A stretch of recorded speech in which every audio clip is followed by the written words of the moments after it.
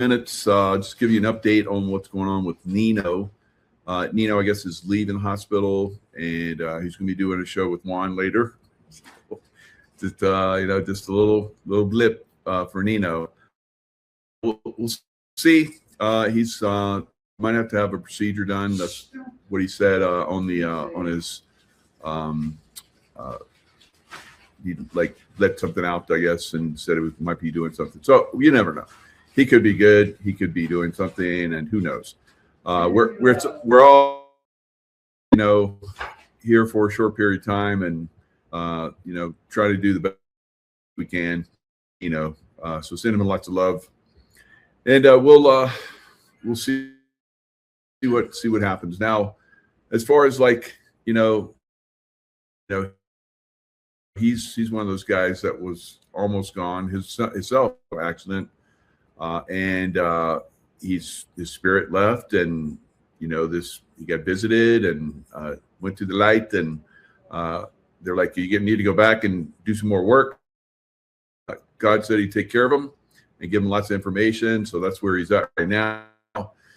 Set him in his footsteps into preparation for the time to come.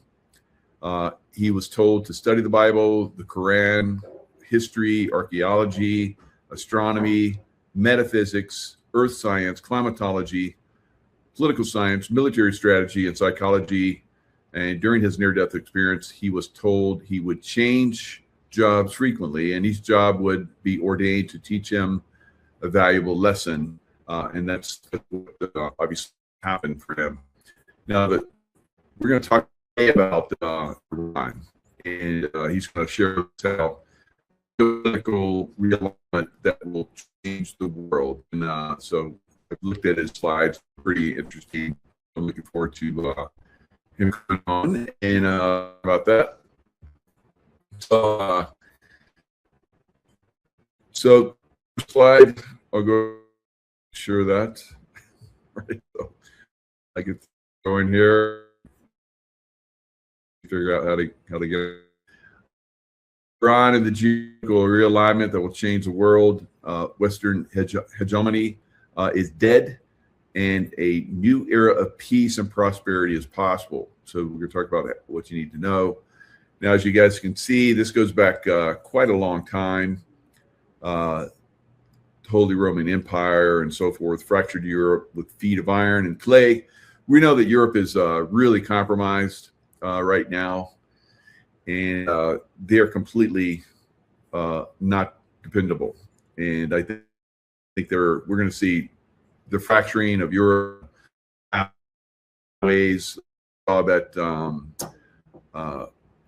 Starmer is supposedly going to resign on Monday, so we'll see how that's going to affect Europe and so forth. So very, very interesting time that we're basically in right now. You're here, but you can't be heard or seen. So where are you? Yeah, we have him. Have you up, Larry? Okay. Tracy Joseph. Can you hear me? Talking. You have no sound. I have no sound. That's interesting. Let me see. I don't see a mute button. Shit.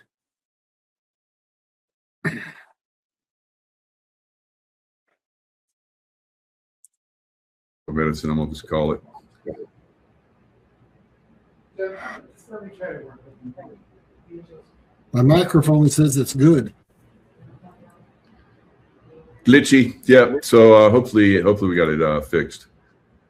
All right. So Larry's trying to figure it out on his end. Of course, he's got the book "Restoring the Republic." That's out right now. I've got that book. Really good insights in it. He'll be talking about that book.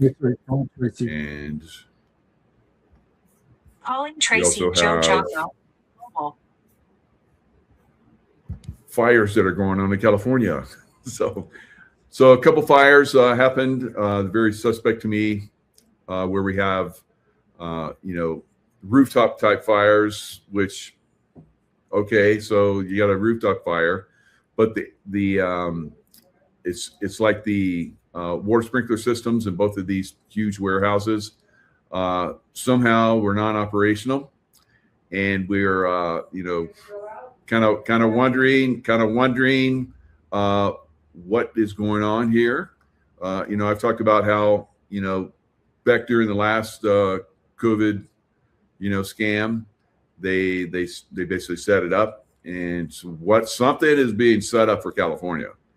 So we have a fire that's going on right now, another warehouse. Now this warehouse, the first one burned completely to the ground. The fire department could not put it out for several days, so it burned completely to the ground. It had medical equipment, medical supplies in it. So what are they used for? And this one has emergency meat, massive warehouse, emergency medical meats that were, and other stuff that was there in this huge warehouse that is still burning as we're speaking, and has been for 4 days. So really crazy time. I'm gonna talk about this in another show. Looks like we got Larry here. Larry, how are you doing? So don't have any sound from you.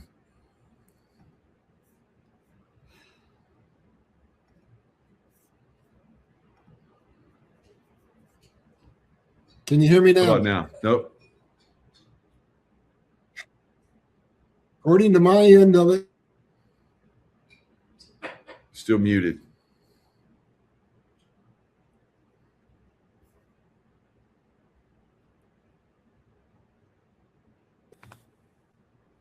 can you hear me now?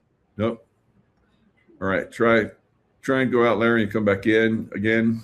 All right. So let me pull up this warehouse that's burning right now. It's pretty crazy. So this is live news of this warehouse that is burning. So I'm gonna share the screen so you guys can see it. Pretty. Nope. Not hearing you. Let me just.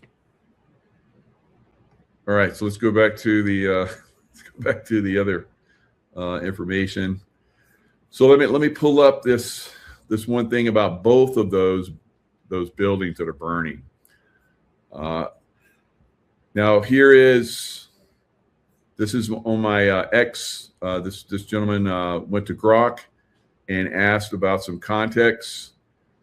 So it talks about the government-related activity, primarily through limited federal contacts and ties. They got a little bit going on there. It says documented contact with the U.S. Department of the Interior. They got Fish and Wildlife Service, DoD Veterans Programs, emergency disaster context. So it's a cold storage facility deemed essential infrastructure by the Department of Homeland Security during the COVID timeframe. Right. Lineage has mobilized for crises, for wildfires and storms, by securing food supplies, donating and coordinating aid with partners like the American Red Cross, strong and formalized ties through their own Lineage Foundation, partnerships with Feeding America, Global Food Banking Network. Initiatives include donating surplus food, share a meal. So that's some of the stuff that they're into. And then this was for the Medline Industries, the other warehouse that burned completely down to the ground for over 4 days. The fire department also could not put that out. It started, like I said, on the roof as well. Sounds like direct injury weapon activity to me. But anyway, Medline, one of the largest private medical supply distributors in the U.S., providing items like latex gloves, surgical masks, gowns, instruments, and other PPE, protective, personnel equipment, medical consumables to hospitals, nursing homes, to healthcare providers. So the Tracy, California facility supported Northern California hospitals and the broader Western U.S. supply chain. Fire destroyed the building, sent thick black smoke, visible for miles. So again, more of this, very suspect stuff going on in California. Now, also, you guys might remember, and I'll see if I can get Larry back on after I share this. So you guys might also remember that California had a bioweapon back in, let me see if I can find it, illegal bioweapon lab. This was like a couple years ago. Pathogens labeled HIV and Ebola found inside secret, illegal, Chinese-owned biolab in California. Now, this was back in 2003, and caused quite a ruckus. Big problems with that because the Biden administration, DOJ and CDC and FBI didn't want to investigate it because I guess they were in on it. So crazy. Local officials spent months repeatedly trying to obtain assistance from the CDC. And let me show you some of the, they had mice and stuff that they were experiments on. They found them all dead, probably because they got informed that you guys are probably going to get somebody come in and check you out, which they did, and they found all this stuff in there. So this is California. It's very suspect what's going on there. We have to be very, very aware, because we could say, well, that's California, screw California, they're all screwed up anyway. But that's where it spreads from, right? They're the problems that we have. So just be aware that there is definitely some problems that are going on there. Larry, how about now? Can you hear me? No, still can't hear you, brother. Sorry. There's nothing wrong with my mic. All right. Maybe come in. I don't know if you're coming in through Chrome. If you're trying to come in through like Safari or something like that, you're not going to get sound. That might be what the problem is. So come in through Chrome and see if that helps you.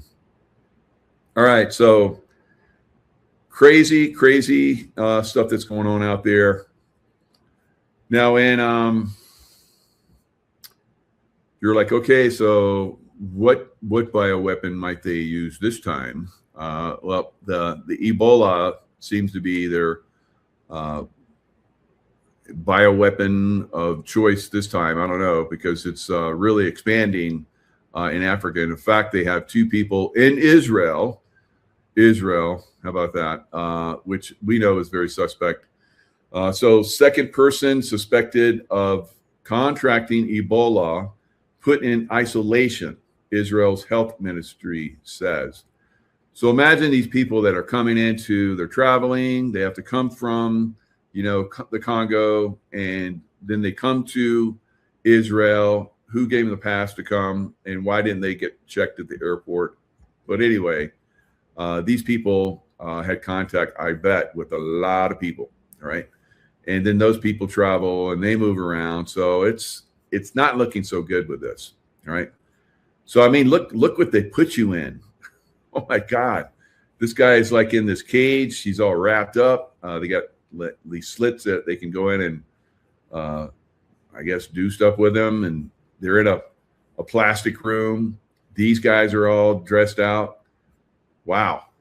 So he is being treated in isolation in accordance with professional protocols and the preparedness measures that have been put in place, while an epidemiological investigation, because I'm amazed I was able to pronounce that word.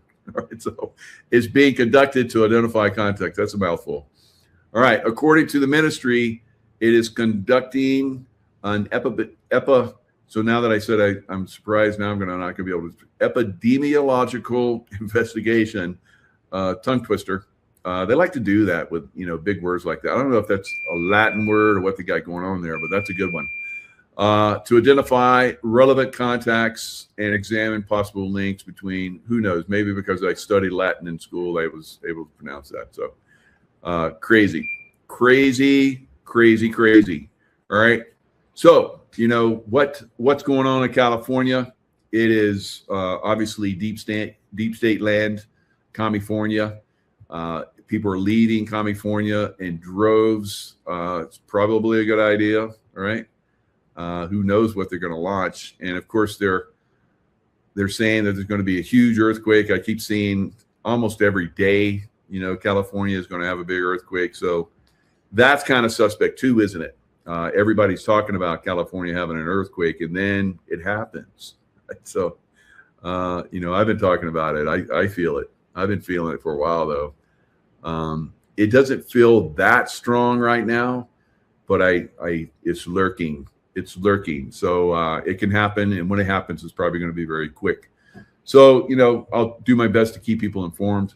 I'm fairly good at, anticipating these and calling them out.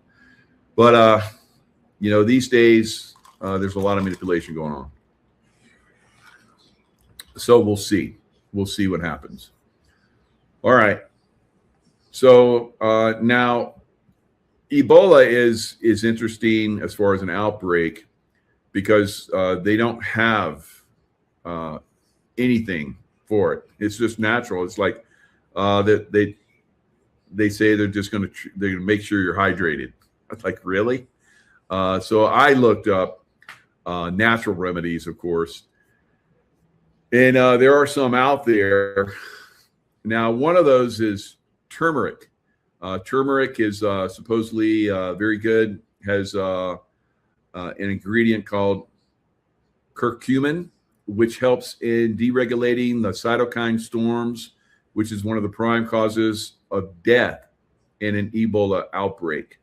This immune reaction, cytokine, results in swelling and high fever. Of course, you can bleed from every single orifice: your mouth, your nose, your eyes, your ears, your lower parts of your body, your anus, everything. So I guess your body just starts bleeding internally, and it just comes out wherever it comes out. It's like pretty tough way to die, I guess. So anyway, turmeric. I'm telling you guys that because we have Root Wellness. We've been using Root Wellness, and it is in the Trinity pack. So the best preventative that I found for all of this stuff is to be well. All right. So if you're already well and you have good stuff in there in your body, then it's going to be able to fight this off, and that seems to be the ticket. Now, another one I saw was licorice root powder and green tea. So I've taken licorice in the past. It's really good. But green tea, you should be drinking green tea every day, getting sunshine. I just came out of the sun. I've been in the sun a couple times a day, right? I do in the morning and late afternoon. So get your vitamin D, right? It's a great time to do it. Most people just like cover up and don't get any vitamin D during the fall and the winter, and that's where most people get sick, right? So you should always be getting that sunshine, even during the winter months. And probiotics is another one. It's supposedly protects your body against deadly viruses, and especially will be able to arrest the spread of Ebola and prevent it from thriving. So there you go. Probiotics, green tea, turmeric from the Root Wellness products, or get it however you get it, right? Natural ingredients seem to do really good, and across everything. So don't wait to get sick to start doing this stuff. Start doing it now, so it can make a difference. All right, here we go, Larry. Can you hear me? No, brother. Still no sound. All right. So there is a special also in LifeWave that we have going on. You can go to my websites to see that special. If you are not a LifeWave member, you can still purchase it. And here's lifewave.com.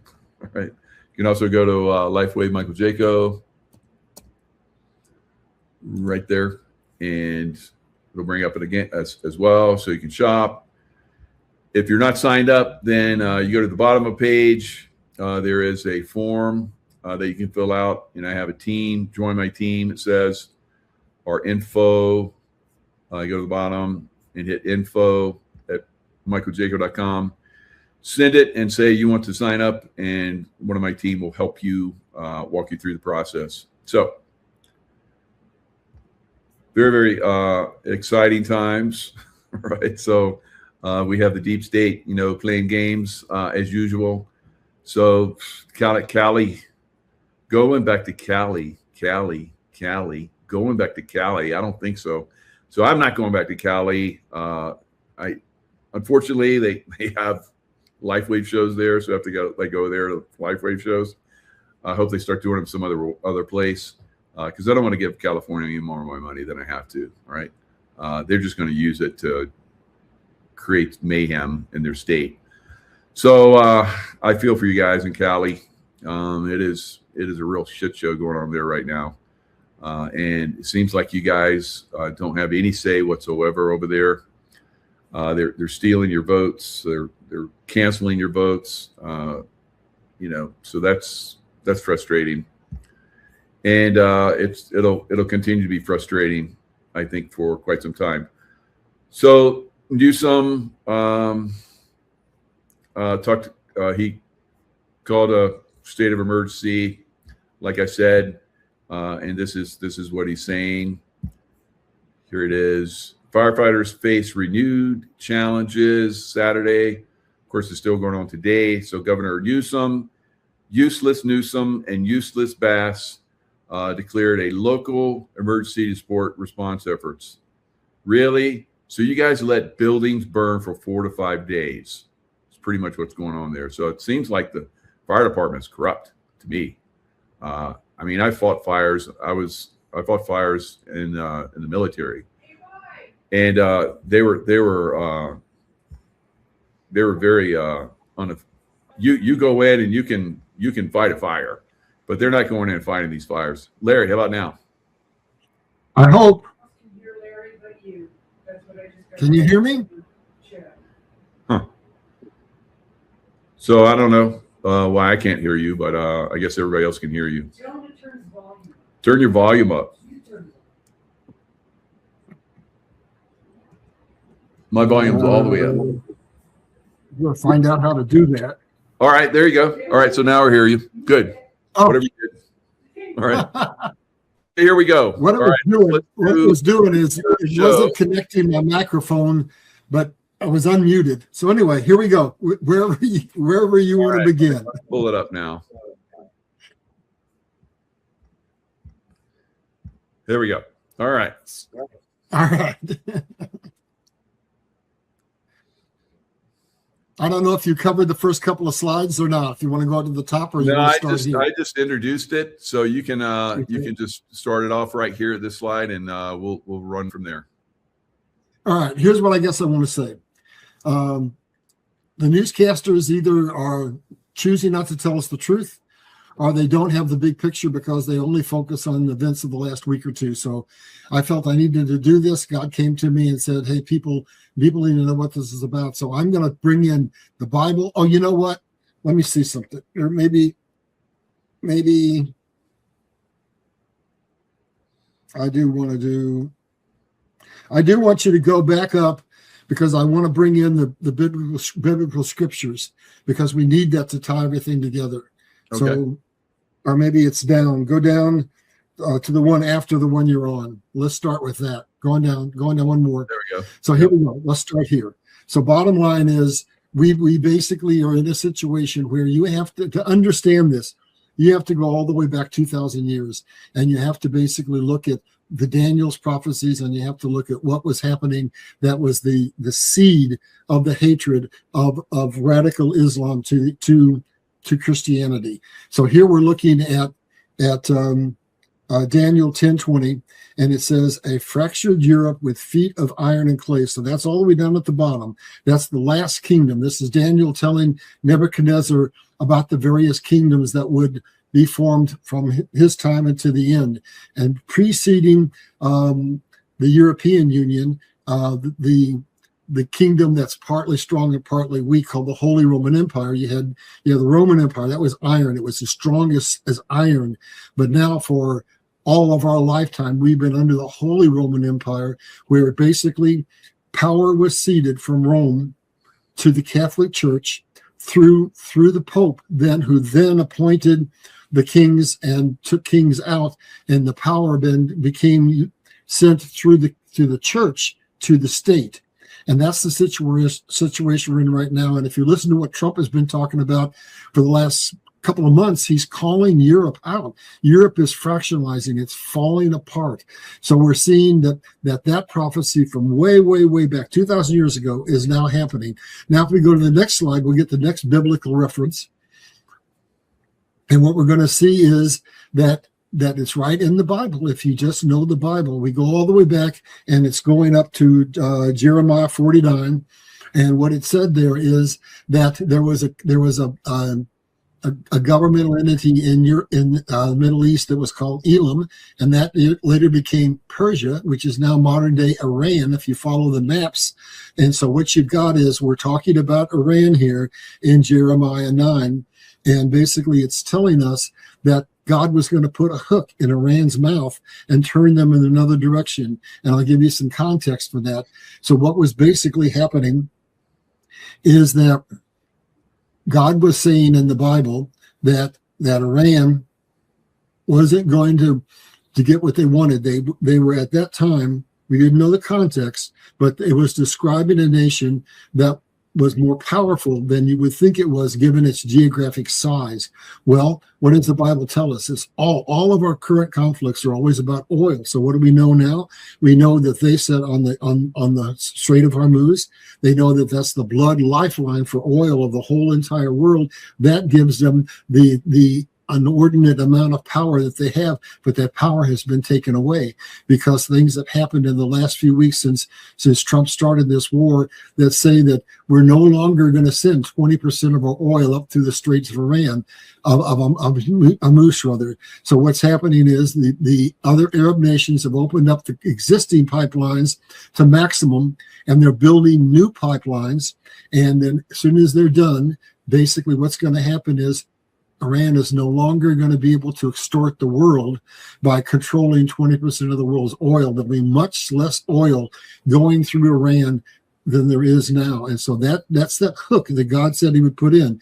And then we have to go down to another biblical scripture, and we have to say, well, where is the seed of hatred between Judaism and Islam? And then you have to include basically Christianity and Judaism, and it basically goes all the way back to Abraham. And when Sarah was promised and Abraham was promised that they would have a child, when it didn't come immediately, he went to his servant and had Hagar and had Ishmael through him. And what did that birth? That birthed the spirit of the orphan. And so what happened is, when the baby was young, Sarah said, Tell Ishmael and Islam that they have to, Ismail, that they have to leave. So they went on to the desert where they almost died. But basically, that created that spirit of the orphan that exists today. That is the foundation for the hatred between Judaism and between Islam. And what we need to realize is Islam is dedicated to controlling the entire world. So I want to take you through just a couple of little history points on here. Ishmael became an orphan spirit. That was the seed that basically has created that hatred in the world. We fought them back and forth in the Crusades for 1,400 years, yep. and neither nation ever got a strong foothold. And then in 1953, here's where the current hatred came in. In 1953, Iran had given exclusive rights to the Three Sisters oil. Remember, it's always all about oil. And they had exclusive rights to all the oil in Iran. Well, they got a democratically elected prime minister. And what did he do? He said, you are inflicting Western hegemony on us, and we're not making any real money off of this oil at all. So I'm going to nationalize the oil fields. And so then what happened? The Three Sisters Oil Company whimpered, and they came to Eisenhower. Remember, he was president now, but he was a general before. And they said, you've got to do something. So Eisenhower agreed, and he sicked the CIA on them, and they orchestrated a coup, and that led to the Shah of Iran coming in, which led back to a reversal where we re-implemented Western hegemony onto the nation.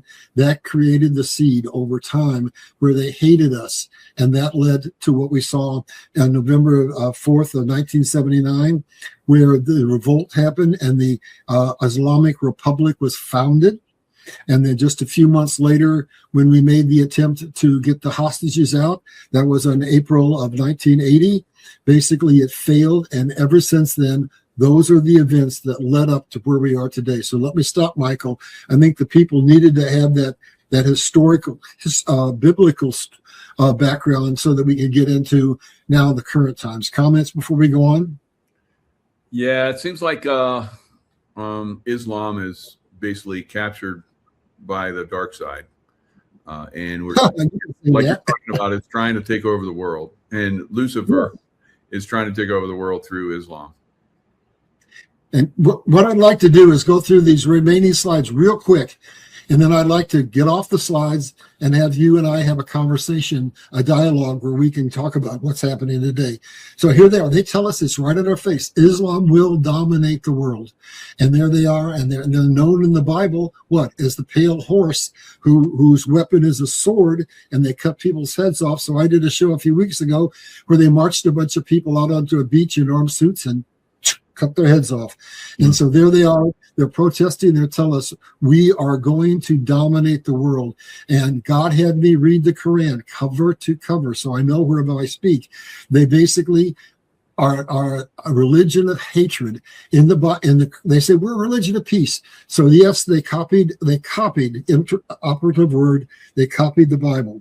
They basically tried to take over the throne of Christ by saying the prophet. Keyword prophet, Christ is dead.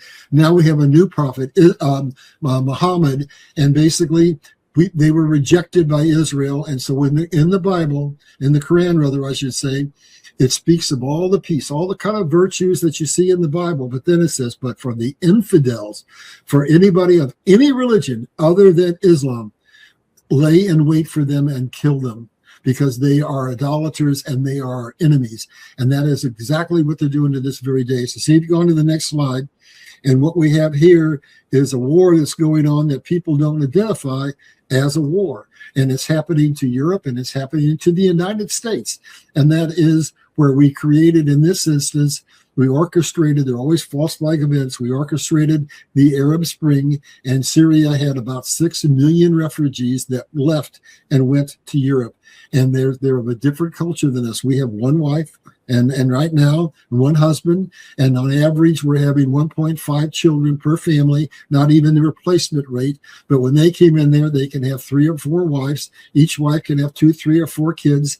And so they're reaching a situation now where through birth, they're becoming the majority populations throughout Europe, and it's causing a crisis. And then on top of that, both in the United States and in Europe, you can go to a travel agency and they have something called birthright visas. So you get yourself pregnant, put a bun in your oven, you apply for a visa, you come to the United States, you go to Europe, you drop that baby, and then here in the United States, since we have something called chain migration, you get to stay because now you're the guardian for that baby, and under chain migration, your husband can come and his family can come, and then each one of them who come are included in the chain migration, and that's how we get millions of people coming. Plus, why did Trump go in and invade Venezuela? Part of it was over the election fraud, but it was also a staging area for the caravans coming up through Mexico into the United States. So they've come at us and put millions of people, not all of them are from Muslim nations, but it's an army of insurrection that's within our country, because the people who want to bring us down understand America's too strong militarily to take from the outside. But if they could do an insurrection from the inside and outside at the same time, maybe we could fall. So something just happened the last couple of days. And I'm hoping that this trend is going to come to the United States. The European Parliament just voted overwhelmingly to expedite the export of Iranians, of people of Muslim origin who came in illegally since the Arab Spring War. So let me stop there and have you comment before we go on, and we'll race through the rest of these slides real quick. Yeah, it's it's too little, too late. They're going to have to get really aggressive to turn this invasion back around. They're not going to give it up here in America because they've been doing it for decades now. Under Obama, it really started to under our Islamic president Obama. It really started to pick up speed, and it's continued under Biden. Really continued on a massive scale under Biden. Trump stopped in his first term, and they turned the spigot back on and turned it not into a spigot but a fire hose, bringing in these illegal immigrants, and they have really, come into America, and they're going to cause a lot of problems. And I know they're doing a lot of work to get them out of the country, but they're not hitting 1 million a year. That's impossible. They're probably doing maybe 500,000 a year, going full bore. So we have 20 million, or maybe even 30 million, if we go all the way back to Obama time frame, of illegal immigrants here in America now, and that's quite an army. It is. Let's go to the next slide, and that references the vote that was just made in Parliament. So that's what's happening. That's what's happening in Europe. And now if you go down to that very next slide, I want to tell you where they're going. So let's talk about what you just talked about a second ago. And that is it too little, too late? That picture showed throngs of people in the streets in Europe praying, right? They've done the same thing here in the United States. They put throngs of people out in Times Square. And basically they're demanding Sharia law. And as they get the majority population, they're demanding that that they basically take over the country. Well, how are they doing it? Right now, you need to go and understand that the covert means of what they've been doing in the world through Iran, using Iran's proxies, and having perpetual. In my entire lifetime, I was born in 1947. I've seen nothing but conflict in the Middle East. Every time you turn around, they caught another fire, another war. And what does that do? People need to understand, if oil is the lifeblood of the world, if you can create these perpetual conflicts in the Middle East, which is the artery for that oil, then you drive up the cost of oil. And what that means is you drive up the cost of the necessities of life. So they've kept us in perpetual poverty through the shenanigans that they have created in the Middle East, where basically we can't afford to buy food, water, housing, shelter, because it's all too expensive. And that's what they've been doing to us. So now we're talking about money. Let's go to the slide that you got up. They're not going to be able to have the money to have the proxy wars that they've had. We can talk about that in detail when we get through these slides. And they're not going to, I need to come back in and tell you one other thing that just happened in the last 48 hours. They thought they had a real synergy with Russia. They thought Russia was their superpower nation that would support them in the UN, that Russia had entered into a 20-year-long agreement with them to provide them with modern aircraft and to provide them with the replacement parts that they needed for their missiles, right? And part of the relationship was that Russia needed them for the drones because they had drone technology. Well, Putin doesn't need them anymore because now he's developed those drones in his own factories and he can meet the demand. And he doesn't want to be associated with a government whose regime looks like it's falling. So with no warning whatsoever, he just notified them all of that whole 20-year agreement that we agreed to is nullified. And so he's not going to protect them in the UN. He's not going to give them the military armaments that they provided. And he's going to stand off in the distance. And I think that China is probably going to come in and try to negotiate some terms for oil. But neither one of those superpower nations want to come against the United States, want to come against Israel, want to come against 31 nations that are now coming together finally in an alliance to say we have to end this situation with Iran. So they're very unpopular now. They're a pariah nation. So what's the course that they can follow going forward? It's one that they've been doing all along, and we just didn't see it.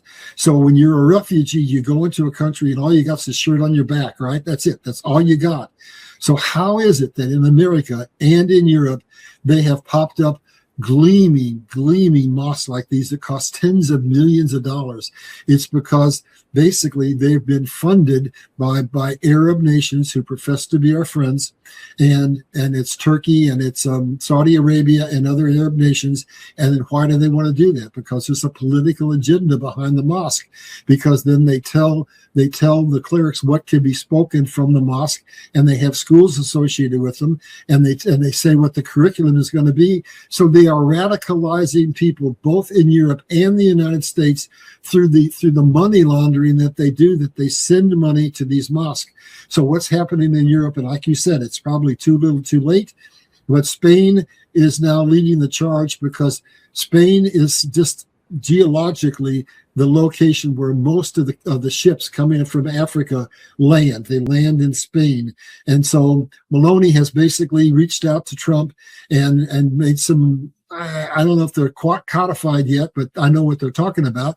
They're talking about Spain wants to have some eyes in the sky so that they can see the ships as they're coming, so they can intercept them early.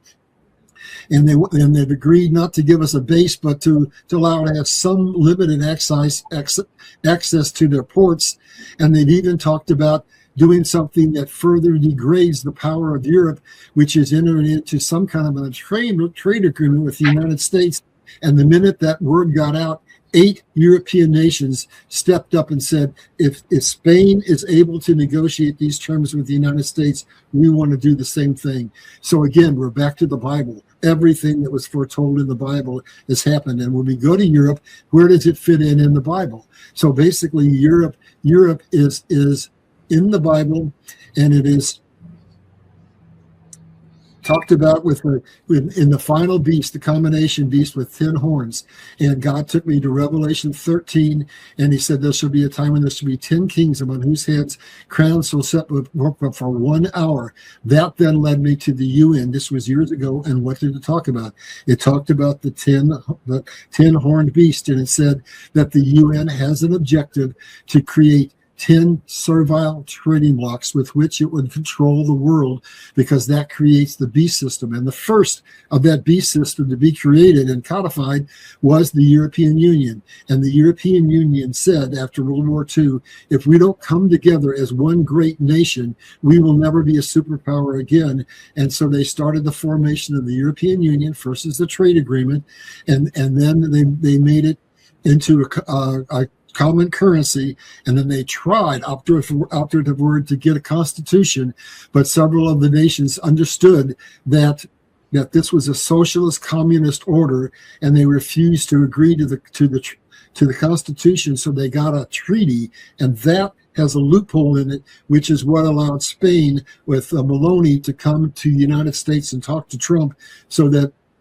they could get out from under the control. Because what they did to Spain is they had gone bankrupt because of all the costs that they were having bringing these illegal immigrants into the Spain as the place of demarcation.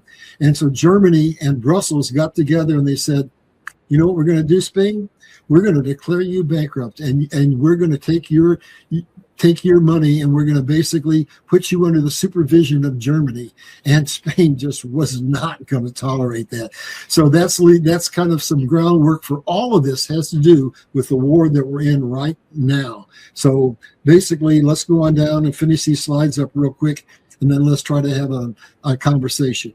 So basically, present day, 2026, the RSCG has become the enemy of the people. And why do I say that?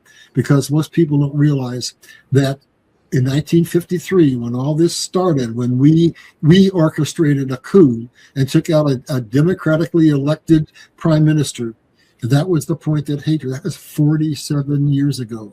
So the people, most of the population wasn't even born then. And certainly the younger generation doesn't know anything about it. So that hatred has failed to flow through to current times with the degree to which it was. So most of the leaders of the RSCG are very old. They're people who were young adults when all of this began. And so now what's happened is the people have, through all of the sanctions, they've gone into real economic hardship. So in 2017, there was a protest over food prices. 2019, there was a protest over fuel. 2012, there was a protest over water. I think that's 2021. I got that backwards. 2022, a protest over women's rights when they killed that one lady who didn't wear a burqa. And now where we are, we're 2026, and they've metered down the internet, but they were somehow or other to get on TikTok. And the people sent messages out, and they came out into 31 different cities. This happened twice now, and the IRGC realized something. We don't have the manpower to put these down. So they weren't using their water cannons. They weren't using the rubber bullets. They weren't firing live ammunition. They weren't arresting people. They weren't hanging people in the square because they understand they had lost the support of the population. One brigade of regular military, 8,000 men, walked out.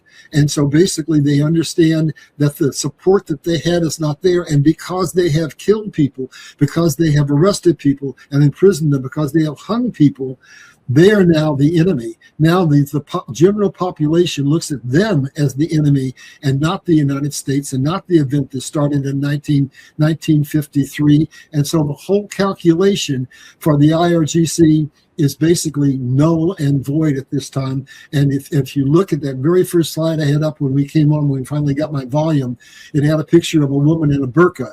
And what was that all about? That was about the fact that the women have zero rights. You just passed it up. They have zero rights on the nation. Oops, you're going past it. Go up, go up, go up, go up, go up, go up, up one more. Stop. Nope, you went too far. Go down. There you go. So there we are. There's the woman in the burqa. And we're saying, on the one hand, they're saying, women, if you commit adultery, you can be killed. But a man can have sex with endless numbers of people, and it's not a problem at all, right? So we have double standard, and the women want to have freedom. And so women are now one of the most politically strong forces in Iran. They want freedom, and many of their husbands want them to have freedom as well. So there's internal strife against the RSCG, against radical Islam. And now what's the message we're sending now? That is that the opposite. We're saying Western hegemony is dead. And Donald Trump is saying we're going to have the Monroe Doctrine he instituted in the Western Hemisphere. And to prove that he's doing what he said, he went into Argentina and he bailed them out. They were about to have a bond collapse. And he's saying we are going to help all the nations from Mexico to Latin America to South America rebuild their infrastructures, be able to get access to the natural resources and not have to ship it out for pennies on the dollar as raw resources, but be able to get finished goods. And so everything is changing and is coming into where it is an advantage to the West, advantage to America, advantage to the people of Iran. And most people don't realize that in Iran right now today, God said that they would have visions and that your old men would have visions. And what they're doing is there are people who are getting visions of Christ, and there's more people converting to Christianity in Iran than any other nation in the world. And China, by the way, is number 2. And that's because when you live in a tyrannical government and you can hear anything about Christianity, it's a Christianity, it's a religion of peace and a religion of love.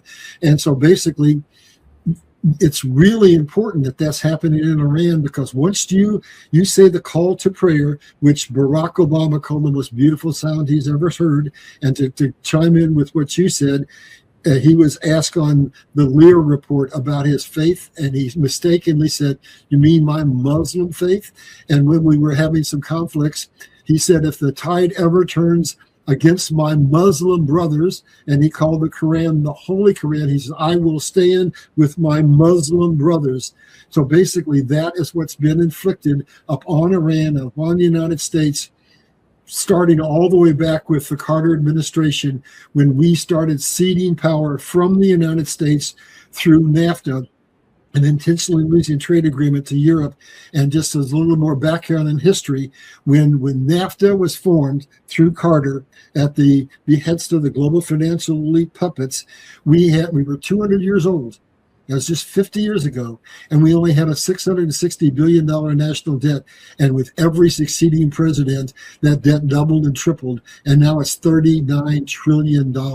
So I hope that people are seeing how all this fits together, and the world has now got a chance to come together and to make peace in the Middle East. So now let's go on down and see if we can finish these slides real quick, and then I want us to have a conversation. So going down to where we left off. So basically, we're back again to just summarize. It all started with the Bible. It all started when we realized that we're now in the final kingdom. We're in the kingdom who's not strong. The kingdom is partly clay and partly iron, and that kingdom is represented by Europe, which is represented in the Bible as the culmination beast that brings war upon the world. And so now, finally, Donald Trump is making us aware of who our enemy is. We have been sleeping with our enemy for decades. We were brought into World War I on the side of Europe, when we should have been on the side of Germany, because they called us up one day and they said, we got a deal for you. We need to go to war because we can't have Germany becoming the economic superpower of Europe, and we can't have you building all these transcontinental railroads, because if you do, we'll lose control of trade by the sea. And so we're orchestrating this world, and here's what we got for you, America. We're going to be fine because we're on an island, and the war is going to be fought on the mainland, and our economy is based on colonies all around the world. So we're going to be fine. We'll just stir the pot. We'll bring Europe down and decimate it and kill 15 million people. And America, you can provide all the armaments for the war, and you can rebuild the nations after it's over, and it'll make you even more powerful. And our corrupt politicians said, deal. And we went into the war on the side of Europe, when we were actually, at the time, the greatest supporter we had in Europe was Germany. So that hopefully brings us up to speed on all of the loose ends, the politically and geopolitically within the world. And we can just get out of the slide presentation. All I have to say is, buy my book. It's got all this and more in it. So now let's see if we can't bring up some comments and get some comments from you. So what do you know about the Board of Peace? Go ahead, make a comment before I go on. Yeah, this peace agreement that they have is just a little pause in the overall war, I believe. Who knows? It might kick off here pretty soon, or it may just drag along. The only way that this stops is if that illegal immigrant group that's been in power for 47 years in Iran is taken out, and the people take over. Well, let me make a comment and see what you're saying. I know what the IRCG wants. I know why they're fighting so hard, because if the war ends and peace breaks out, the whole reason for their existence is gone, or rather, I should say, half of the reason is gone, because they're already viewed as a pariah, right? So what's the other thing that keeps them in power? Most people don't realize that they're more than just a military and an ideological force. They're also an economic force. They control somewhere between, depending on who you're talking to, 25% and 40% of all the economic resources of Iran. And they have construction companies and all kinds of companies that they run as businesses, right? So I sat down and I looked at this and I said, the people are coming against them. When people are starving, they're more afraid of starving and not having any water than they are of the IRCG. And already people are saying, we're not going to fight our own people. These are our people. So now I want to bring in the hand of God, and I want to share with you some things that have happened to make some parallels back to Europe. So Europe, following World War II, they made some mistakes, and China has made some mistakes. And guess what? Iran is repeating those same mistakes. So when we go over to Europe, what did they do after World War II? They said, oh, We'll never be a superpower unless we conglomerate. So that was the basic formation of the European Union, all those nations coming together. It wasn't a 10-nation coalition. That was talking about the trade agreements that they were going to form, but it was, I think, at its peak, a 28-nation coalition. And then what they said, we've got to pull together, and now we'll be a big enough force, population-wise and economically, that we can be up there with the United States and China and Russia, blah, blah, blah. That's our stake to reestablish ourselves in the world. Well, what happened over in Iran said, well, we've got to have a mass of people because we need to be able to have some power too. So what did they do? They put out the exact opposite of what China said. China said, we have too many people. We have to have the one child program. And now they're to a point where they say within 10 years, there'll be more people in the pens than there will be people in diapers. And they're going to have the oldest population in the world. And that cracks the structure of economically. So now let's go to Iran and see how they paralleled those two nations and what they've done. And they said they've given all kinds of incentives to the people, saying, we need you to have more people, more babies, more babies, more babies, more babies. And their population has doubled since 1953. It's now 96 million people. And here's what those people did behind the scenes. They've known this forever and ever and ever, and they chose to ignore it. Remember, it's a desert. That's what it is. They're in a desert. And with all these new people, this doubling of their population, that means they have to double the output of water. And where's it coming from? It's coming from their aquifers. They have 8 dams, and those reservoirs are virtually empty. They're standing at 3 to 4% of pool. And right now in the capital, in Tehran, they themselves are saying, we may have to move the capital. Why? Because there's no water coming out of the pipes. They're bone dry. They've dried up their aquifers. This is now the hook in the mouth that God was talking about that we saw in the beginning. So basically their aquifers are dry, and that means famine's on the way unless they do something. So what are they going to be forced to do? Instead of spending money on ballistic missiles and on rebuilding their Navy and their Air Force, they're going to have to do what their Arab nations have done, and they're going to have to embark on building massive desalination plants so that they can have drinking water for their population. Right now, it's so bad that the nation that has all this oil doesn't have it refined into fuel, and they're running out of oil. And where are they getting the water right now? They're bringing it in by tanker, and people are taking vessels and getting water from tankers, and they're saying that if this thing doesn't end and they don't get to produce the gasoline, pretty soon they won't even be able to run their tankers. So now everything is heating up even more, because just what happened is they said to the people, well, with all these financial difficulties we have, we're no longer going to be able to fund the bread program. And so now they don't have water, and now they don't have bread, and now they're having rapid inflation. And now the people are going to where the Bible always takes us. This started as a kinetic war, and it's going to end up as a siege. And in a siege, there's only 2 outcomes. Either you capitulate or you starve to death, and the people are not going to starve to death. So they are going to go against the IRCG, and the IRCG, at least the regular army, is going to side with the people, and you're going to see the IRCG come down. Now, what does that leave them? If I'm a high-ranking person in the IRCG, I'm going to make this final understanding. The people are against me. How can I stay in power? How can I have some remnants of power? Here's what they're going to have to do.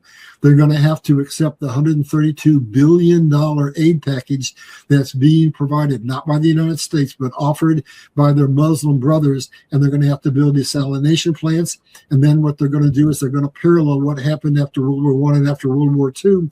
That money is going to flow in to the corporations owned by the IRGC. They will be the ones who will run the construction projects that rebuild, and that will be the anchor of which they retain some power. So that's the way I've analyzed this and broke it down. They do not have and will not have. So there's more things happening.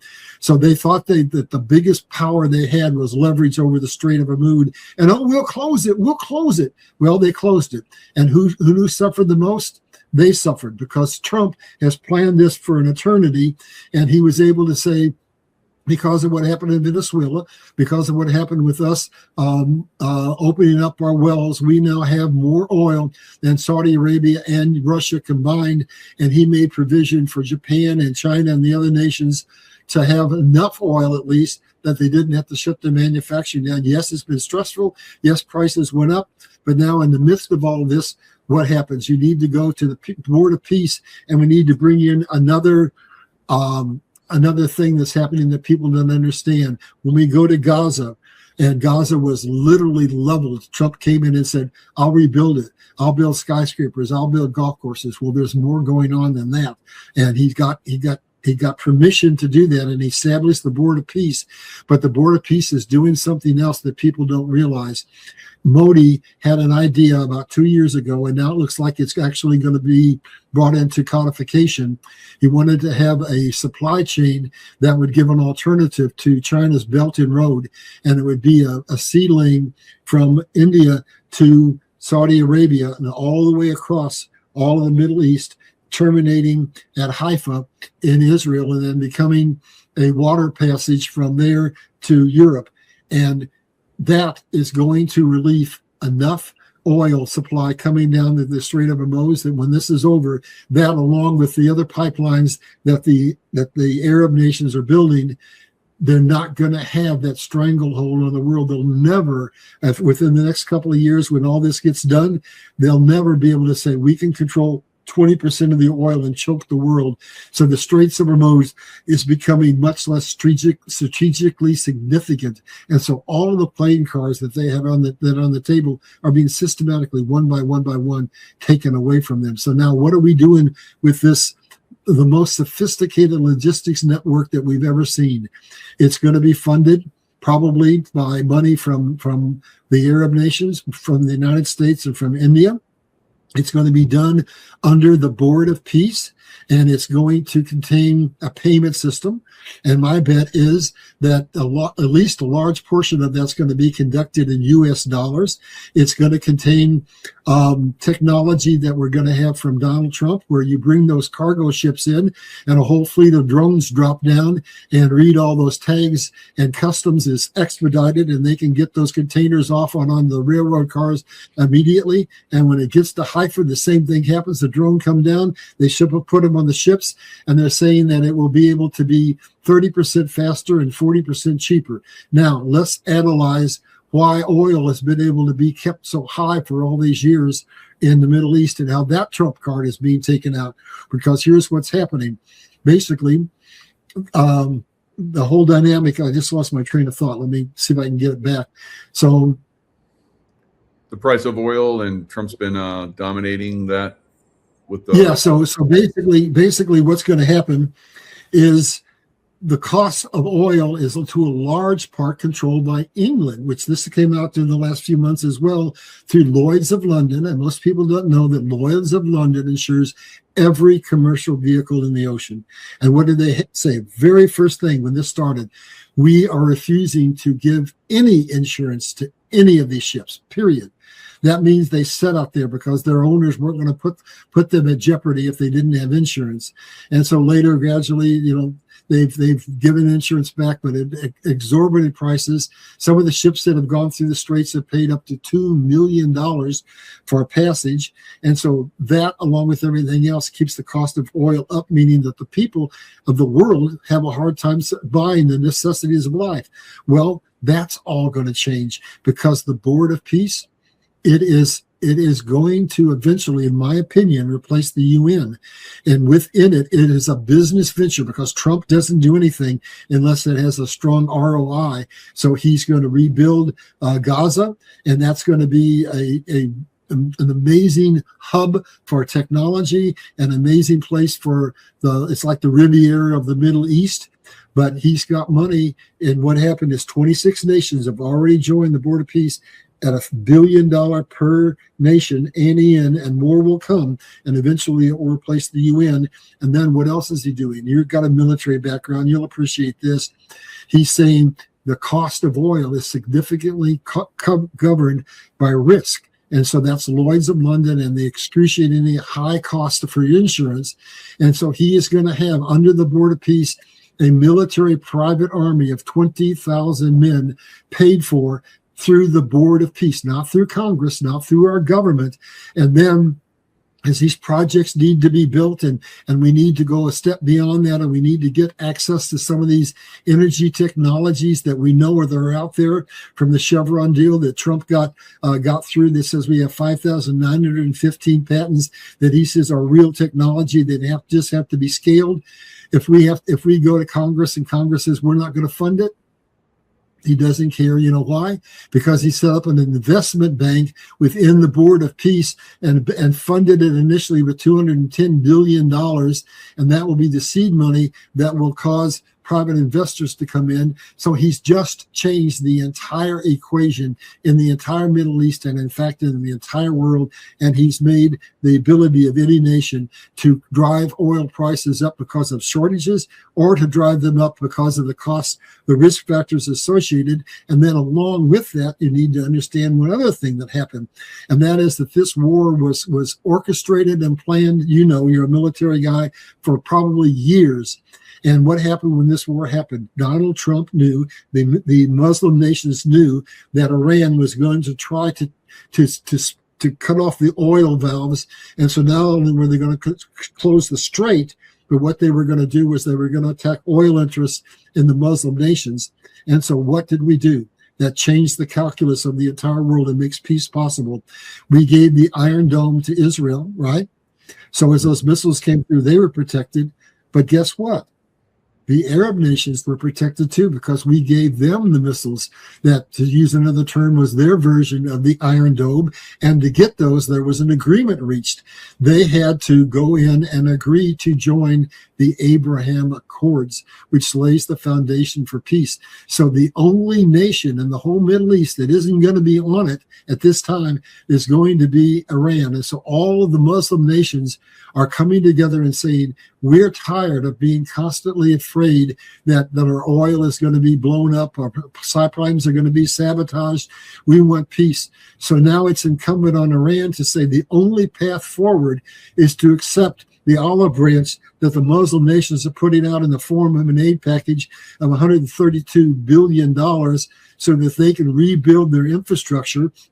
And then they're quickly going to find out that they won't have to be sanctions. They won't have to sell their oil at 30% discounts to China, and they'll be able to rebuild their nation. And yes, in fact, they don't need to hate the United States or any of the Muslim nations because, in fact, their whole economy is going to be improved. They'll be able to build the infrastructure to have water. They'll be able to have food, and they'll be able to have a viable economy, and they won't have to live in slavery, and the women will have rights, and the people will be able to live and not have to be in total economic slavery right now, which is where they're at right now. So I kind of took over, unfortunately, and I just spit all that out. So let me shut up and you come back in and break some of that down from your perspective, if you would. Yeah, I think that we're moving in that direction. It's absolute that this is going to happen. Where once this regime has collapsed and Reza Pahlavi, does a transition, whatever happens there, he's behind the scenes coordinating the people to overthrow the regime. So once it's done, however it happens, whether we come back in and we, pave the way for them, I think it's very easy to do. I've been talking about this for quite some time. The special forces guys are probably already on the ground. They can supply weapons and training and so forth in very short order to the people that will take down the different groups. That there's no way that they can resist that. And then you have air superiority. It could happen very, very, very quickly. So we'll see. Yeah. I'm not worried about it. I know it's going to happen, like you were talking about. How it happens remains to be seen. I think we're going to have a good election. I think the SAVE Act eventually will be passed. I think they're pushing it to almost to the end because that's going to catch those people that are going to try and manipulate the voting again. It catches them off guard. They don't have a plan. They don't know how They won't know how to plan because it'll be so fast and come at them so quickly. They need time to do that, and they're not going to have that. So I think that's one of the reasons why the SAVE Act is being, delayed like it is. I think that's part of the plan. I agree completely. And I think it's called Card Island, Card Island. So this is some of the stuff you were talking about. We basically went in there and took out everything except the operational portion. So basically we control the refineries that control their oil. So right there. And then I think it's the Kurd forces that want to come into this. They want to be armed, and they want, well, I don't know if we're going to do it, but they may not have to do it, because I think that if the people who are currently in charge of the RSCG sit down and really look at it, the only choice they have is an economic surrender. Now, the one thing that does scare me, and maybe you can comment from your background, they've set their military up so that it's decentralized. And so basically they could have some rogue somewhere that could do something that would be pretty bad militarily, and it could threaten this whole peace agreement, whatever. But I think that in the final analysis, the IRCG is now the enemy of the people. And to substantiate something you said, who is Raza Pahlavi? People, I don't know if people know this. He's the son of the Shah. So the Shah is the one that they hated, that originally ginned up all of this animosity and created the birth of the Republic of Iran and all of this hatred. And so now the people are calling for him to come back, because they know he's aligned with the West, and they know he's aligned with the Muslims and the rest of the Middle East, and they know that he's going to probably be able to bring peace to the region. So that substantiates, again, that the whole context of the hatred is now so old that it no longer has any real relevance among the majority of the population. So I wanted to do this show because I'm hearing the Democrats and I'm hearing the news people saying, oh, we're worse off than we were. We should have stayed with the Barack Obama's deal. Barack Obama, the man who said, if this turns bad, I'm going to stand with my Muslim brothers. And man, the greatest sound I've ever heard, music to my ears, is the call to prayer. And so basically, no, there were not enough provisions in that. They had all kinds of lead time for the inspections, and there was no way we were ever going to stop them from having a nuclear weapon. So now there are other people saying, well, they didn't really have a nuclear weapon. It's just like what happened in the Iraq war.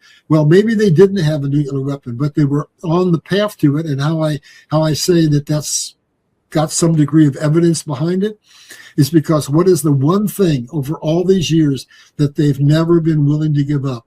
Pursuit of a nuclear weapon, right?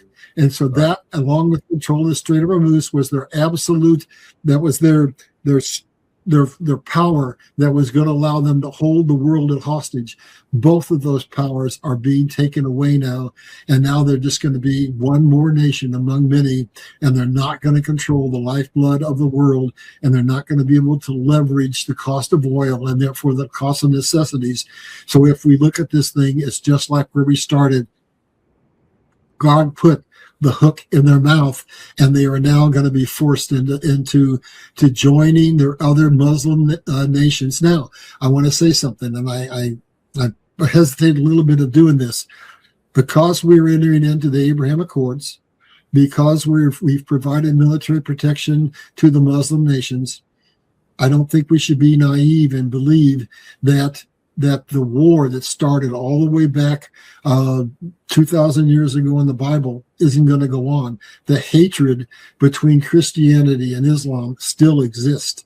And so what are we going to see? We're going to see the continuation of the funding of the mosque, the continuation of the massive immigration into the United States and into Iran, the continuation of the birth that's going to allow them to hopefully, in their minds, outbirth the United States and Europe, and eventually have Islam be dominant over the entire world. That is not going to go away. It's just going to be subtle, and it's going to be behind the scenes, and that's why we need to know, the kind of details that we're releasing here today. So back to you, Michael. Yeah, I think the people are fed up with it. I think we're going to see another crusade to basically stop that.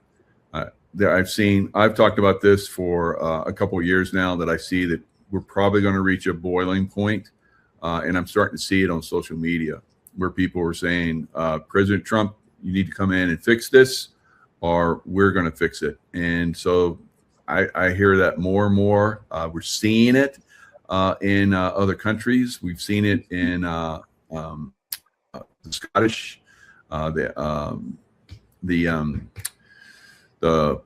who's the other group that's rioting? The Irish. So the Irish, after they had some Islamists try and saw off the head of a guy in the street, that was enough.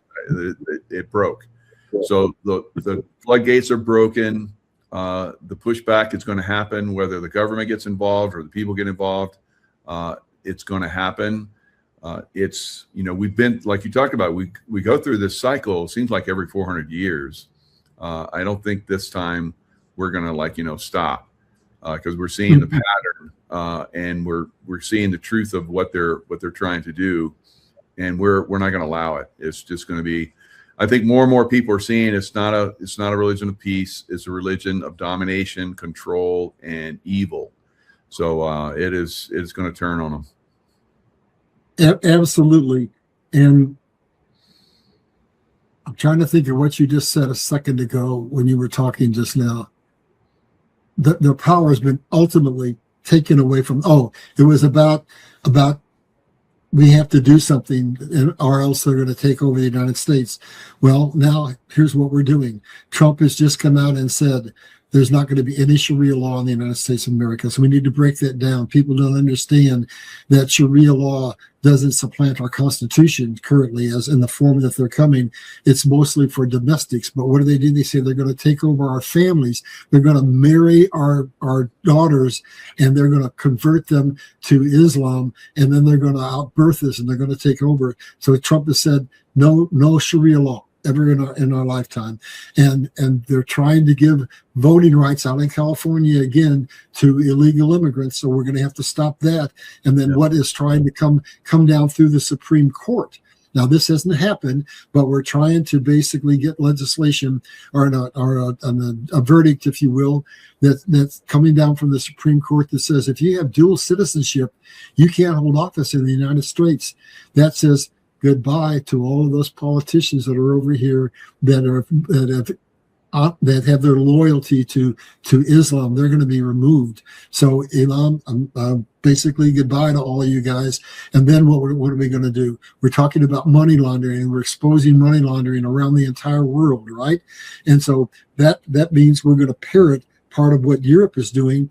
And here's another thing that they're doing. They're saying, we know what you're doing. We know you're radicalizing people, and we know that you're getting your money through money laundering coming from the Muslim nations. And so now we're going to put tight observation on all the money that comes into you, and anything that we can tag that has anything to do with radical Islam, we are not only going to confiscate the money, we're going to close your mosque. So there's things that we can do, and Europe is probably now going to do the most aggressive things because they've gone maybe past the point of no return, but we can learn from what they're doing. And with Donald Trump's aid, we can pass more legislation. We're going to get control of the voting rights, and we're going to get the bills put through that we need to put through. And then we need to reflect on what Europe just did. Europe just basically said, we voted overwhelmingly to expedite the export, the deportation of these Muslims coming in to take over our nations. So what we need to do is basically crank up that megaphone and say, folks, all you people who are fighting ICE, you need to stand down. You need to see the crisis that's occurring in Europe, and we need to get these people out of here because they are an army of insurrection. So it's going to take political will, but I think that there are tangible things that we can do, and it's not too late in America yet.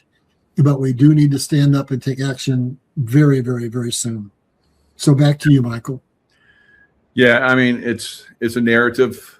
You push the narrative, and people get on board with it, and then a lot of times you'll bypass violence. Violence can be and has been, averted.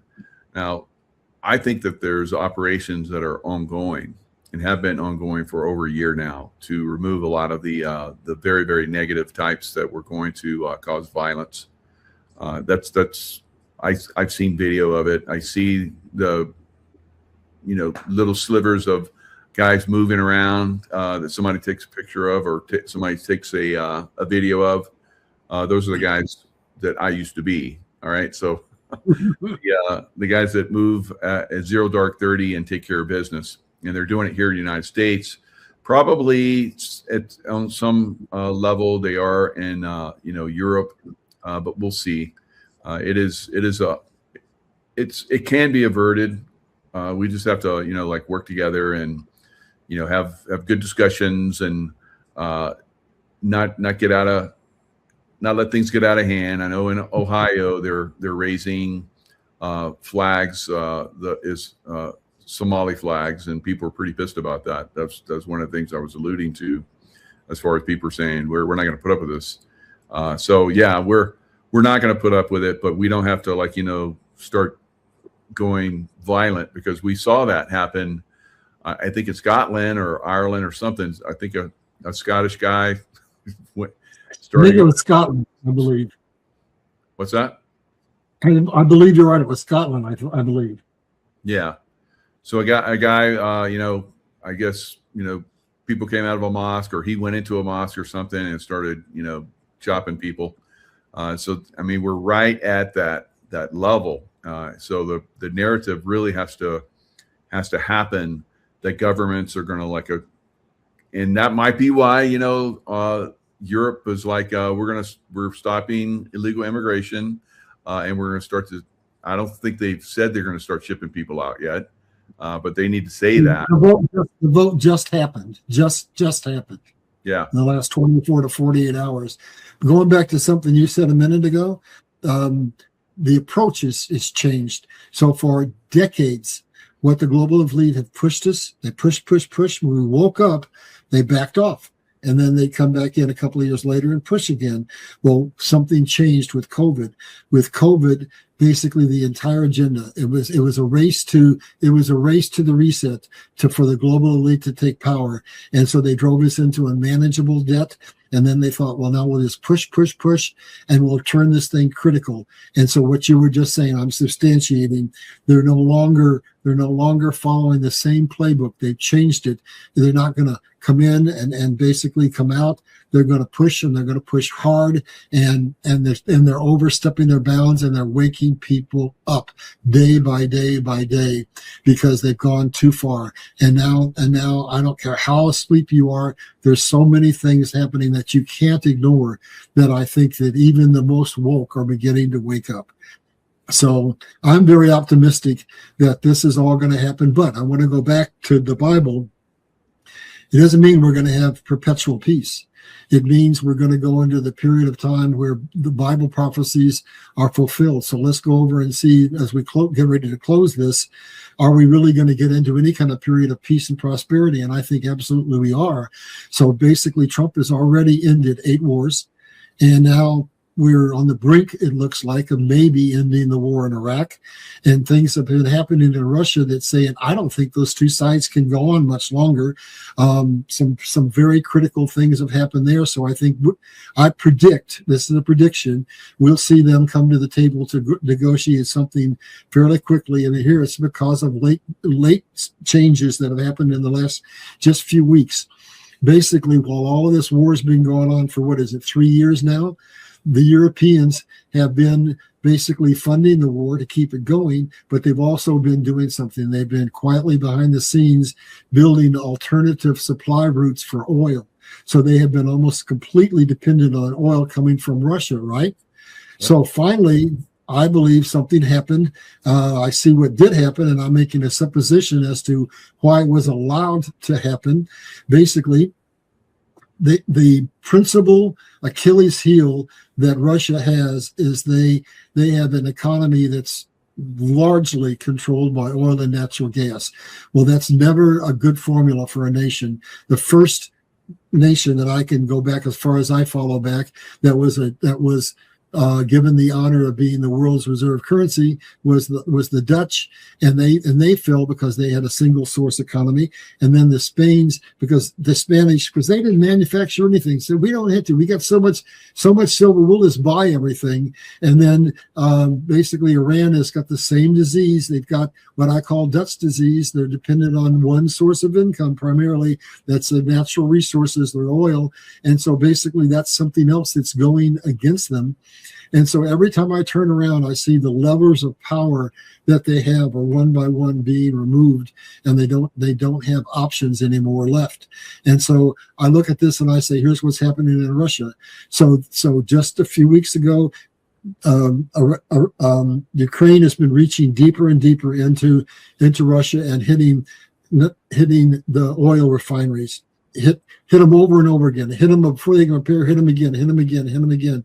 And now something happened that I don't think would have happened if some way or other behind the scenes the European nations hadn't blessed it. And that is that Ukraine went in and took out the central pipeline that supplies the oil to Europe. Now, you need to do more than just take out a couple of sections of pipes. So what did they take out? They took out the pumping stations. That is a major break in the supply chain.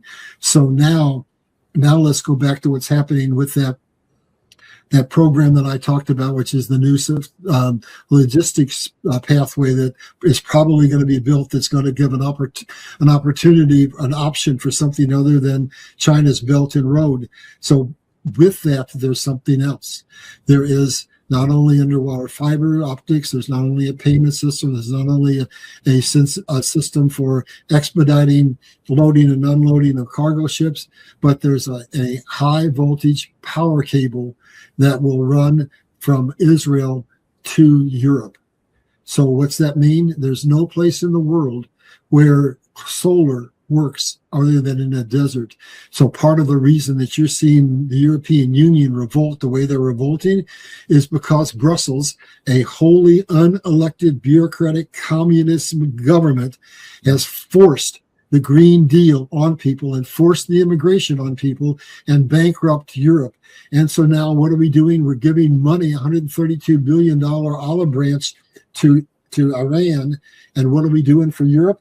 We're giving them a high-powered cable that's going to send energy from the solar panels, the vast solar farms in the desert to Europe, so they have an alternative power supply plus the alternative routes that they have already created themselves. So now they're not nearly as dependent on oil as they were. The whole dynamics of the world is changing, and it's just like the Bible said, it's all related to oil. So I believe what we're going to see is another Bible prophecy come true.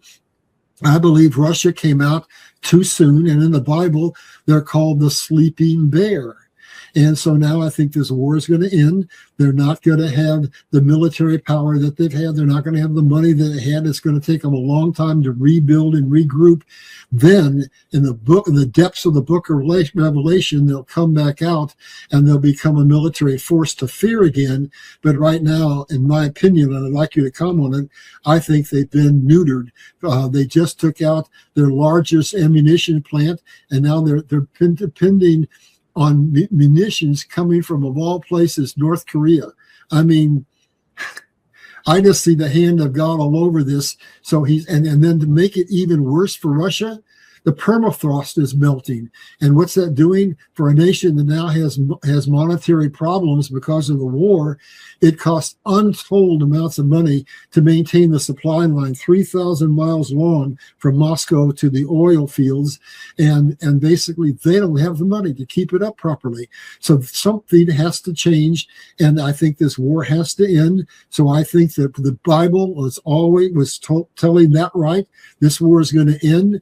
And then we're going to have the Abraham Peace Accords come into place, and we're going to have peace in the Middle East, and that is going to reduce the cost of oil, and that is going to raise the standard of living for people in every nation of the world. And it's all coming together. And then the last biblical context is more dangerous to Iran than any military bombardment from us, than any embargo, is what God has allowed them to foolishly do. They pumped their water out of their aquifers at a rate that was absolutely unsustainable, and now their aquifers are dry. And what do you do if you're a nation that has no water? You have to concede, because even the IRGC has to have water to drink. So I see the hand of God from the beginning to the very end in all of this. I don't see any choice except for what happens every time there's a siege: surrender. And when they surrender, they get the olive branch, and then they can rebuild. Yeah, that's great. So I don't know about the Russia deal. I think Russia is on the good side. Everything I see about Ukraine is absolute evil, Nazi, and all kind of crazy stuff. So, yes, there is some ongoing problems, evidently, with the fuel, and that could get out of hand. It could bring Russia to its knees. You're right. So, Yeah. So God works. I need to almost interrupt you, because you said something that's absolutely I gotta agree with you on. I'm not saying Russia's on the wrong side of this. I'm just saying that the Bible says that they're going to go back to sleep. So I know the whole story of people don't understand that there's not a sovereign nation in the world. They're all controlled by the banking institution that controls the money, that controls the power. And they don't understand that Ukraine is a center for money laundering, that it's a center for illegal labs to create viruses. It's got the remnant of the Ashkenazi Jews, the Jews who weren't Jews. And so, yes, absolutely. But what I was just pointing out was 17 others laughed and is just basically the fact that economics is what's going to end this war. And I think that both sides are bleeding out economically, and I think it's going to bring them to the table. But I think that much of what Russia had to achieve has probably been achieved. And so I know I believe from the very beginning, we go back to the capitulation tour, and I think that Trump said Israel is last. Israel has to come last.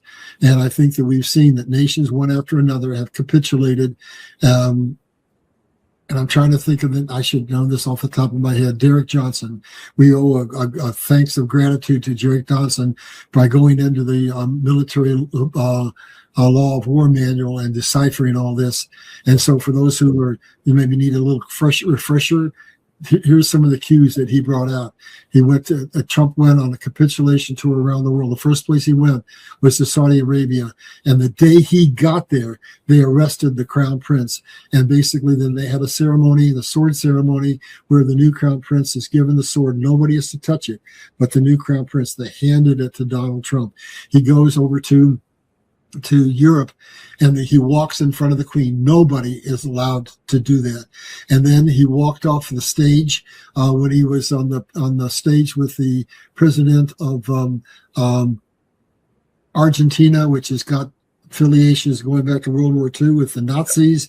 Yep. And one by one, he showed us that these nations have capitulated. And then, according to reports that have come out, the Pope capitulated, and there's that famous picture of Trump smiling and the Pope looking like he's going to die. And supposedly we took out 660 plane loads of gold. So we have all the gold we need. So folks, don't worry about BRICS, because when the time comes, we're going to step up and be going to a gold-backed system, and their power has been taken away from them, because guess what happened? So just like India is helping us get this new logistics channel, they've agreed to, probably with a little coercion from Trump, but to exit the BRICS. And Russia has done the same thing, again, substantiating what you said. They're on our side. So I just see the walls of resistance are crumbling at every single solitary juncture we could imagine. We're going to have a period of peace. And that goes back to the Bible again, because what did God say? He says, we're not getting deep into that book of Revelation until I restore I restore my church. I'm coming for a spotless church, and I'm coming for a world that has had Christianity all around the world. And so he's calling America to use America one more time to basically bring revival. But the sad irony of that is that through control of America by the global financial elite, they have said openly that we will bring America down if we can control their patriotism, their family values, and their Christian values. They will fall from within.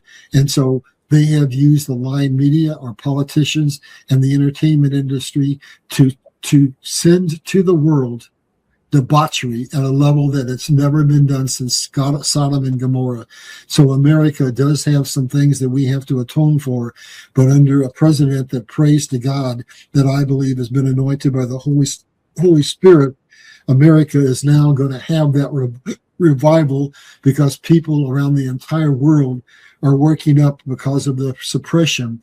And so God is a loving God, that the Israelites were in slavery for 400 years so that he could bring them to the point that they would bend the knee to the Lord. And what the world has been facing for my entire lifetime was as an ongoing process to bring the world to a point where we would bend the knee and we would accept God, and we would begin to do something very important. We would understand that the two most important passages on the Bible were asked of Christ, and when he responded, the most important thing in the world is to love thy Lord thy God with all thy heart and all thy soul. The second is to love thy neighbor as thyself. And what is beginning to happen is the whole world is beginning to come together and understand we have one enemy, the global financial elite and the forces of evil. And we're now going to have a situation where we're going to have probably a pole shift. I know you talk about that, and we're probably going to have a spiritual revival that goes around the world, and even a demonically controlled America is still going to be used by God to lead that revival that sets the fires of revival open around the entire world. So I see it all coming together as one holistic whole, and the enemy has lost. They lost before they ever started, and it was all foretold in our Bible. So that's all I got, unless you got anything else. No, that's amazing. Great presentation. Glad we figured out the sound issue. So that's one of the best shows ever. Thanks. Thank you. And by the way, I'm queuing up something that goes beyond this with the financial reset that people are challenging for and hoping for and praying for. I've just spent the last several weeks, and I have queued up 8 shows, every one of which is deep dives on different aspects of the finances of the world. And I think people are going to be hungry for that message. Very good. Wow. Well, looking forward to it, Larry. Well, thank you. And I'm looking forward to coming on next time. What I think happened is my camera was picking up the camera, but the microphone is a part of it. It wasn't picking up the 360 microphone, and so I had to go in and do a reboot on the microphone. That took a little bit of time, but we did it. We did it. The technically inept me finally pushed the right buttons and got us on. Yeah, we had some people in the chat who could hear you, so we fixed it. Okay. Well, anyway, thank you so much for having me, especially since it's Father's Day. So I want to say to you, Happy Father's Day, and to all of the people out there listening. So I hope this opens some eyes, and I hope why I really did this, maybe the last thing I want to say is I needed to bring to bear the truth so that we could see what the lying media is telling us and what the politicians are telling us. But mostly I did it for the people, because I think the people are really afraid. And why I'm doing this set of shows on the finances to follow this is because this is going to lead us to the reset. And people need to understand the details of this reset in total detail, and what the overall message is going to be from this set of financial slides is, if you're prepared, if you understand the things that I'm going to be telling them, then history tells us that people go into a financial collapse and either lose everything they have or if they're prepared and they know where to move their money and they know what to do, some of the biggest billionaires in the world were made during times of financial collapse. So there is hope there as well as with what we just talked about here. So with that, Michael, I just want to say thanks to you, thanks to Tracy, and we'll talk again soon, hopefully with a working microphone. Very good, Larry. Thank you very much. Bye-bye, Michael. Bye-bye.